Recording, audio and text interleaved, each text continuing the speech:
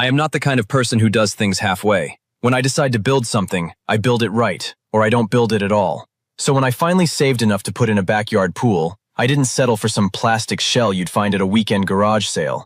I poured everything into it. Custom mosaic tiles, underwater lighting that shifts from blue to gold at dusk, and a small waterfall that makes the whole yard feel like a private resort. It took years of discipline, sacrifice, and saying no to a lot of things I wanted, so I could have one thing I truly deserved. I'm not selfish, though. I'm the kind of neighbor who waves first and means it. I even allowed one family on the block to use the pool occasionally, with rules, with respect, and with trust. That small act of kindness was the worst mistake I made on this street. Every neighborhood has one. You know exactly who I'm talking about before I even finish the description. Ours was named Deborah. She wasn't on the HOA board, let me be clear about that. But she carried herself as if she had personally founded the entire subdivision. Matching athleisure sets every single day, a clipboard she referenced like it contained classified information, and 3 kids who moved through the world as though consequence was something that happened to other people. Deborah had appointed herself the unofficial Community Standards Officer, which is a title she invented, enforced aggressively, and that absolutely no one asked for. She was the kind of woman who knocked on your door to tell you your welcome mat was slightly off-center. The first time she brought up my pool, it was casual. Calculated casual. We were both checking our mail, and she mentioned, almost as an afterthought, that her kids would absolutely love to take a dip sometime. I smiled, kept it warm, and told her the pool was private. She nodded slowly, tilted her head just a fraction and said, "Of course, totally understand." But her eyes didn't say that. Her eyes said something else entirely. There was a stillness behind them, the kind of stillness that isn't peace, it's patience. The patience of someone already planning their next move while you're still responding to the first one. That smile was the kind that says, "This isn't over," in 17 different languages. Where are you watching from? Drop it in the comments, and tell me if you've ever met a Deborah. Deborah didn't explode right away. That's what made her dangerous. People who blow up immediately are easy to handle. You document it, you report it, you move on. But Deborah operated on a slower frequency. She started with texts. Friendly ones at first, asking again about the pool, framing it differently each time, as a new angle might finally crack me open. Then came the physical appearances. Showing up at my fence on a Saturday afternoon with all 3 kids already in swimwear, towels draped over their shoulders, like the decision had already been made and I just hadn't been informed yet. Each time, I held my ground. Politely, clearly, without apology. That's when she changed the game entirely. I noticed it first at the mailbox. Neighbors who used to wave freely were suddenly giving me these slightly uncertain looks. Not unfriendly, but cautious. Like they'd heard something and weren't sure what to do with it. I pulled one of them aside, a quiet older gentleman named Frank who had never once involved himself in street politics. He hesitated, then told me Deborah had been making her rounds, casually mentioning that my pool had possible safety issues and that she was concerned for the children in the neighborhood. No facts, no evidence, just whispers dressed up as concern. I went straight home and pulled every document I had. Construction permits, chemical maintenance logs, filtration inspection records, water quality tests. Everything was immaculate, dated, and filed. My pool was cleaner than Deborah's reputation. I sent her one message, calm, direct, and final. Please stop discussing my property with neighbors. This conversation is over. I set my phone down and waited. 3 minutes later, her reply came through. 3 words. "We'll see about that." And just like that, the gloves were off. I want you to picture a perfect Saturday morning. Coffee brewing, sunlight cutting clean across the backyard, the waterfall doing exactly what it was built to do, creating peace. That was my morning, right up until the knock at the front door. 2 code enforcement officers stood on my porch, clipboards in hand, expressions professionally unreadable. Someone had filed a formal complaint against my property. The allegations were specific and serious. Improper drainage, illegal chemical disposal, and a claim that my pool had been constructed without a valid permit. I knew exactly who had made that call before either officer finished their second sentence. I didn't panic. I didn't argue. I simply opened the door wider and told them to inspect everything they needed to. Because that's what you do when you have nothing to hide. You let the truth do the talking for you. They spent the better part of an hour out there. pH levels, drainage flow, filtration capacity, chemical storage, permit verification numbers. Every single item on their checklist received a passing mark.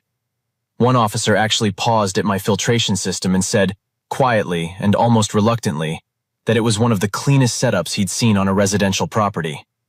I thanked him and walked them back to the gate. As they left, I spotted Deborah across the street, pretending to tend to a flower bed with the focused intensity of someone who was absolutely not gardening. One of the officers glanced in her direction. No words were exchanged, but the look said everything. The only thing leaking on my property that day was Deborah's credibility. I thought perhaps that would be enough. That the failure of her own complaint would finally make her reconsider. 1 week later, a second complaint landed. Different wording, same desperation, same signature energy. She wasn't done, not even close. The second complaint was the moment everything shifted for me. Not emotionally, I was past emotion at this point. It shifted strategically.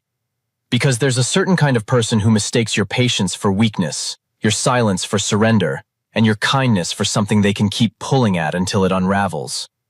Deborah had mistaken all three. That stops the moment you stop playing defense and start playing chess. I ordered 2 additional security cameras that same evening. Wide angle, weatherproof, covering every inch of fence line, and a clean sight line down the sidewalk in both directions. Then I sat down and drafted a formal harassment complaint. Not to some neighborhood group chat, but to the actual HOA board. The real one. I documented every text, every fence appearance, every rumor traced back to her, and both code enforcement visits, with dates, times, and officer badge numbers attached. The board chair was a retired civil engineer named Mr. Paxton. Quiet man, measured, someone who had clearly seen his share of neighborhood theatrics. He reviewed the file I submitted, looked up at me once, and said with the weight of a man choosing his words carefully, "This is embarrassing." He wasn't talking about me. I also sent a cease and desist letter via certified mail, signature required, and posted 2 laminated signs on my gate. No trespassing, recording in progress. Deborah wanted a war. I gave her a paper trail. And paper trails, unlike feelings, hold up in every room that matters. The certified mail was delivered on a Tuesday. I know this because my camera captured the exact moment the postal worker handed Deborah that envelope, watched her read the return address, and saw her face shift from curiosity to something that looked like a circuit breaker tripping behind her eyes. I gave her 24 hours to process it. She used those 24 hours to detonate instead. She arrived at my gate on a Wednesday afternoon with all 3 kids trailing behind her like reluctant witnesses to a crime she was about to commit in broad daylight. I was inside. I stayed inside. I watched the entire thing unfold on my phone screen through the security feed with the kind of calm that only comes from knowing every single second is being recorded in crisp, time-stamped detail. She didn't knock. She didn't ring the bell. She just started talking. Loudly, then louder, then at a volume that I'm fairly certain rattled someone's wind chimes 2 houses down. The accusations came in no particular order. I was antisocial. I was targeting her family specifically. I had single-handedly poisoned the culture of the neighborhood by refusing to share what she had decided. Somewhere in the architecture of her own reasoning was a community resource. Her own kids stood slightly behind her, shifting their weight from foot to foot, exchanging the kind of glances that children exchange when they instinctively understand that the adult in front of them has crossed a line. Even they knew. I didn't raise my voice. I raised the volume on my security system and picked up my phone to call the non-emergency police line.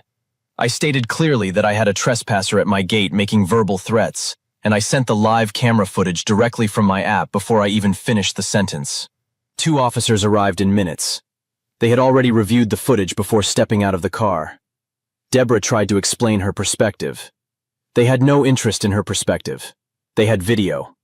After 2 ignored warnings, she was detained and escorted away from my property while her children watched in silence. Every single second of it captured in 4K resolution, backed up to the cloud, time-stamped down to the second. I didn't go outside once. The HOA board met the following Thursday. I wasn't required to attend, but Mr. Paxton called me afterward with the kind of quiet satisfaction in his voice that people reserve for moments when order has finally been restored. Deborah had been issued a formal community conduct warning, On record, in writing, with consequences attached should anything similar occur again. Several neighbors reached out to me in the days that followed.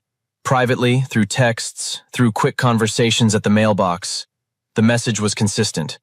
They never believed her. They just hadn't said anything. I appreciated the honesty more than the apology.